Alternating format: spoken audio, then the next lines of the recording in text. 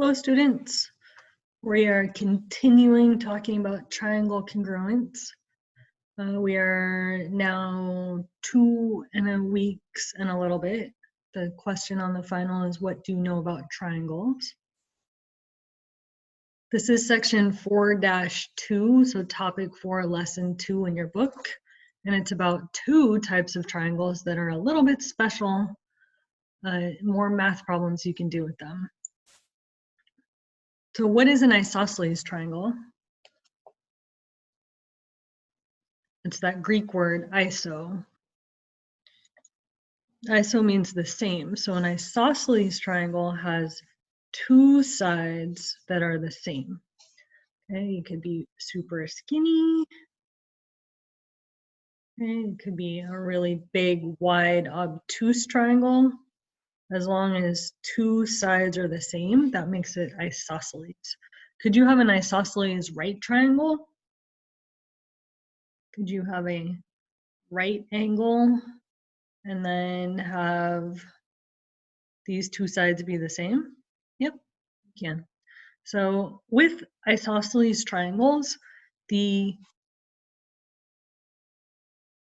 point where the 2 sides that are the same intersect, that's called the vertex. So this is the vertex of the isosceles triangle. This is also the vertex of the isosceles triangle, this obtuse isosceles. The right angle here is the vertex. So it's where the 2 sides that are the same intersect.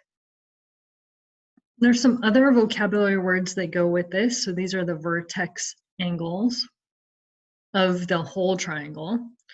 Another word that goes with isosceles triangles is this. What do we call this at the bottom?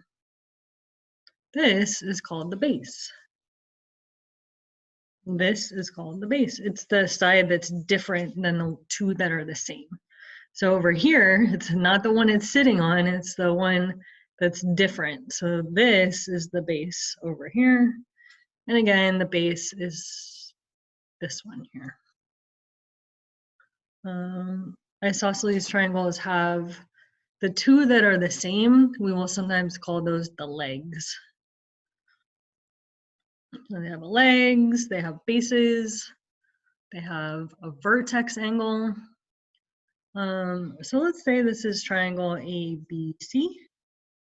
If I say, hey, look at triangle ABC, what's the vertex of triangle ABC? It says angle B is the vertex. What's the base of triangle ABC? Line segment AC, or side AC is the base. What are the legs? The legs are line segment AB and line segment CB. What are the base angles? And how are the base angles of an isosceles triangle related? When I think of isosceles triangles, I am most likely thinking of one thing that I really like is gnomes. So as soon as I see an isosceles triangle, I start to think of a gnome. It's got like a beard. This is my gnome. I don't like the gnomes in Harry Potter, but this is my little gnome. Got some big ears. Okay, so again, this is the base. And here's our vertex. I could say this is triangle GNO gnome. And the question is, well, angle N is the vertex angle. So the question is, what are the base angles? In this problem, it's angle G and angle O. And then the second question is, how are they related? What are some relationship words that we have for angle pairs? We have complementary, adds up to 90. We have supplementary, adds up to 180. We have congruent, which means they're the same size and shape. So do we think these 2 acute angles add up to 90? Do we think they are supplementary, add up to 180? Do they look like they're the same size? If I measure here and I measure here, does it look like the same amount of the circle? I'm going to change that to 2 little arcs. Yeah, they are.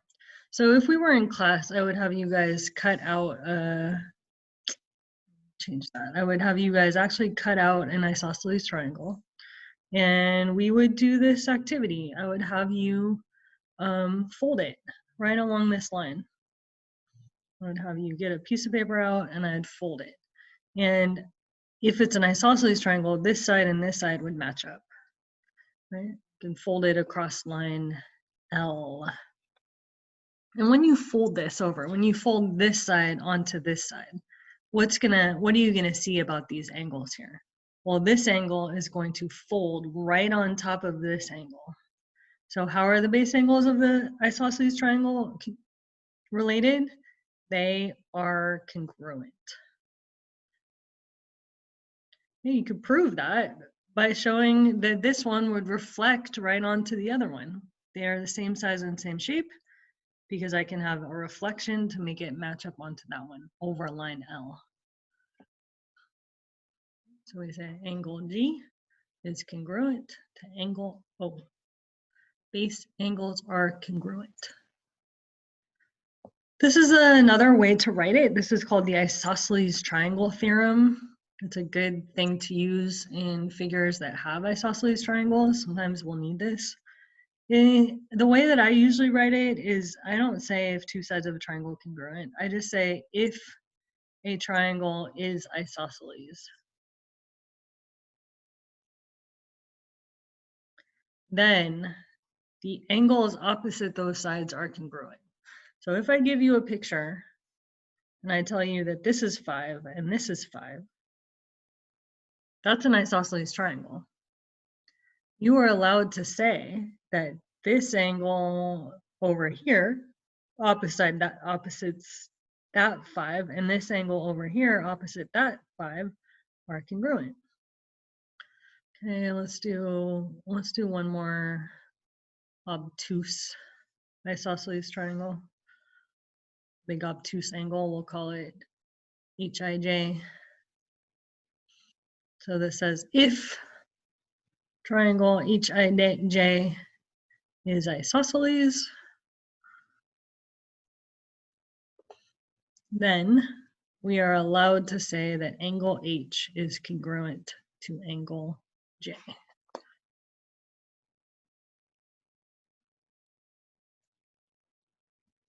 All right, we've been practicing converse a little bit. Converse is where you change the hypothesis and the conclusion.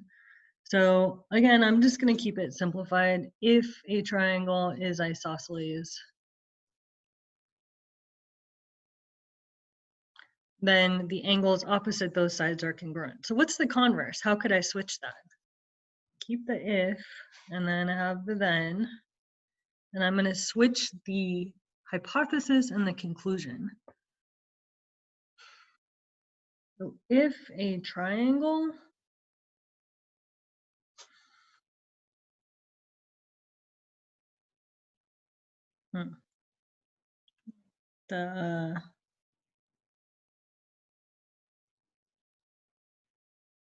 the grammar is a little hard. Okay, it goes like this. If 2 angles of a triangle are congruent,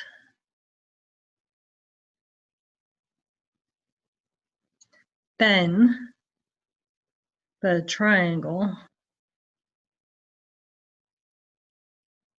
is isosceles. Okay, that's how you would do that one.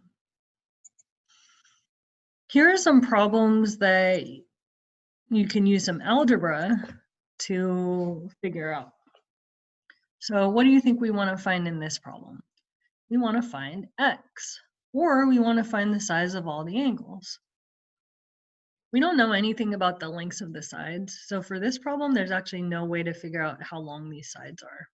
But we can figure out the measures of these angles. Here's the markings that show it's isosceles. Across the triangle is a 28 right there. So across the triangle over here is also a 28. Now we know the three angles inside the triangle. What math problem should I write? Good. I'm going to do the 5x plus 9 plus the 28 plus the other 28. That gets me to 180. So I'm going to get my calculator. I'm going to do, maybe I'll do 28 times 2 for the two base angles. And I'm going to add 9 on with that. So I get 65. And this is an algebra problem now. We want to make sure you guys don't forget algebra because you're going to take algebra too soon. So I'm going to do 180 minus 165 plus 15. Oops, 180 minus 65, 115. Better. 5x, divide both sides by 5. And I get 23. Now, in algebra, that would be the answer. I don't know what this question is asking. It didn't even give me a question. So it might say solve for x, but really classic in a geometry problem is it says find all the missing angles. So what we would do is we would put the x, we would trade that out for the 23. So if I wanted to find how big that big obtuse angle is at the top, I would substitute in the 23, multiply it by 5, and then I'd add 9. 124 degrees. Okay. So I solved it. I solved everything that I could on that triangle. I found all the measures of the angles. And I don't have enough information to find the sides. So that's one way to do these problems, is to add up all the angles and make sure it equals 180. What about this one? This one's a little different.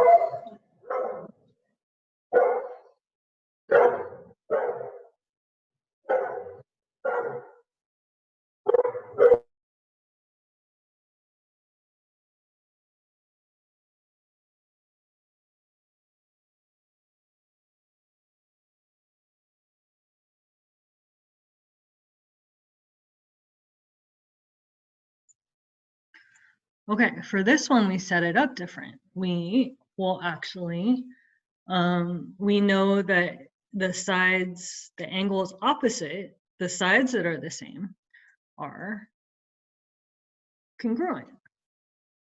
So for this problem, instead of adding it all up to 180, we would say that negative 4x plus 9 is equal to 8x minus 3.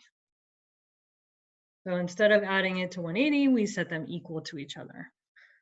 This has variables on both sides. One way to deal with that is to sort of collect the variables together, do the same thing on both sides so the variables are only on one side. One strategy is to add 4x on both sides.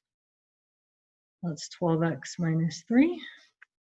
We can add 3 on both sides. That gives us 12 and 12x are the same, which means x better equal 1. Okay, again, that might be the answer, or it might want to, we might want to know how big the angles are. So, this is a really interesting, let's see what happens here. What's 8 times 1? 8. What's 8 minus 3? 5. Okay, this is a very, very, very poorly drawn figure because this angle is supposed to be 5 degrees. How much is 5 degrees? That's like almost a straight line. Okay, so this is sort of a classic thing of, on the SAT and a lot of standardized tests, they'll have a little teeny tiny asterisk that say figure is not drawn to scale. Okay, and this figure was definitely not drawn to scale. A 5 degree angle is even smaller than that. This is like, that's probably like a 10 degree angle or a 15 degree angle.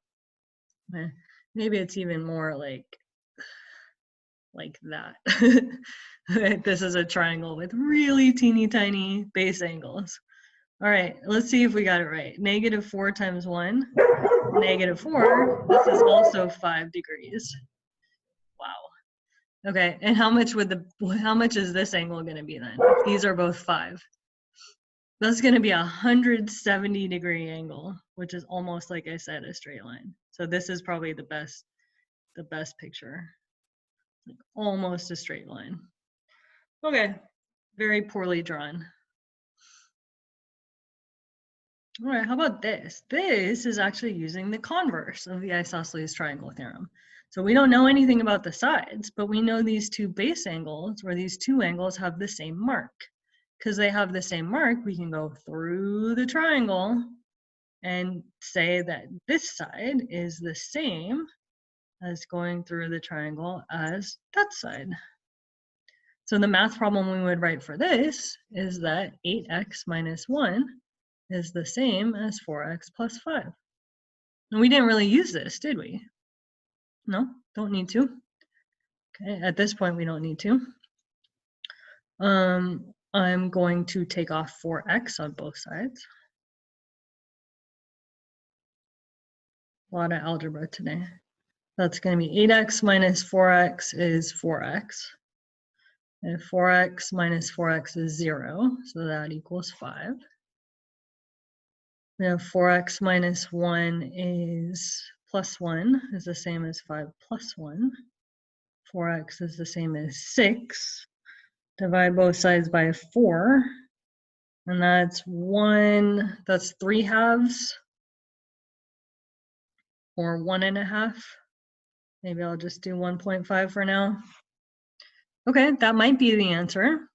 Or we might want to know how big the sides are. We want to find all the different lengths of the sides. So we could do 8 times 1.5 minus 1. I'm just substituting x for 1.5. I'm going to use my calculator again. 8 times 1.5 minus 1. That's 11. So this side is 11. I can put an x right there. I could do 4 times 1.5 plus 5. 4 times 1.5 plus 5. Hey, it's also 11. That's a good thing. I hope they're both 11. They're supposed to match, right? Good. And then I could also find this side. So I could do 2 times 1.5 plus 11. I want to solve as much as I can.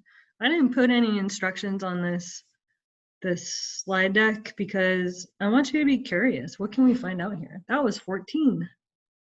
Does that make sense? I could also ask you to find the perimeter. What's the perimeter? 11 plus 11 plus 14. The perimeter of that triangle is 22, 32, 33, 34, 35. I think it's 36. No, 36, whatever the units are. Okay, now I could figure out the missing angles, but you guys don't have enough math for that yet. Maybe the very end of the year, I might tell some of you how to do that, but you don't really have the math to figure out the angles yet. Need more trigonometry. Okay, here's another theorem that's in our section. A theorem's a statement that that's kind of important, that can be proven. It says, we'll just go through this one really fast. It says, if you have a triangle, if you have an isosceles triangle, if a line or line segment bisects, do you guys remember that word from chapter 1? Yeah, cuts in half. If it cuts in half the vertex angle, so this one's the vertex angle. So if I have something cutting in half the vertex angle, I'm gonna eyeball it. We'll do a line segment. Look, a line segment's cutting in half the vertex angle. Then it is also the perpendicular bisector of the opposite side. Okay, so let's make it go longer. Let's have it be a line. So if you have a line cutting the vertex angle exactly in half, this side and this side are exactly the same amount. They get the same 1 mark. Okay, that means these would get the same double mark. Okay, this says that if this is a bisector, then this line is also perpendicular. Perpendicular means makes a right angle. It's perpendicular to the base. It's also a bisector of the base. What does that mean? That means it's cutting this in half. That means if this is 10, then this side is 10. Okay, so this line is 90 degrees with the bottom, the base, and it cuts it in half. So these are going to be the same amount. If it was 7, they would both be 7. If it was 1, they would both be 1. That would be a really long looking one. Okay? So here's how you could apply that. We're going to save that for another day. Oh, no, we can't. So what's PQ? This has the same mark. So this point Q is the middle. So that's going to be 4. This is going to be 31. Do you think I could find these? I'm going to save that for you guys. All right, the last thing we're going to talk about today is an equilateral triangle. An equilateral means all 3 sides are the same. If an equilateral is an isosceles, then the angle over here is equal to the angle over here. Do you agree with that? And if you flip this, then the angle over here is equal to the angle up here. So all the angles are equal. If all the angles are equal, how much are they? Well, they're all the same. What's x plus x plus x? 3x. What does that add up to? All the angles inside of a triangle add up to 180. So how much does each one have to be? Good. 18 divided by 3 is 6. So 180 divided by 3 is 60. Okay. That means if you have an equilateral triangle, you automatically know the angle measures are all 60. 60, 60, 60. Huh, this is an interesting picture. No numbers, but we can figure out all the angle measures in here. So you guys tell me, what's the measure of angle M? Well, here's angle M. It's on this triangle. There's all 3 sides the same. So the measure of angle M is 60. Okay, how about the measure of angle MNP? And where is angle MNP? MNP. How much is that one? Good, 60. How about MPN? The measure of angle MPN. Also 60. All right, that was easy. How about the measure of angle PNO? P to N to O. Yeah, it's 120. Why? Because these two next to each other make the entire straight line. So if this one's 60, we need the rest of it to make the straight line. This angle is actually bigger than this one. So this fat one here is 120. All right, what about the measure of angle O?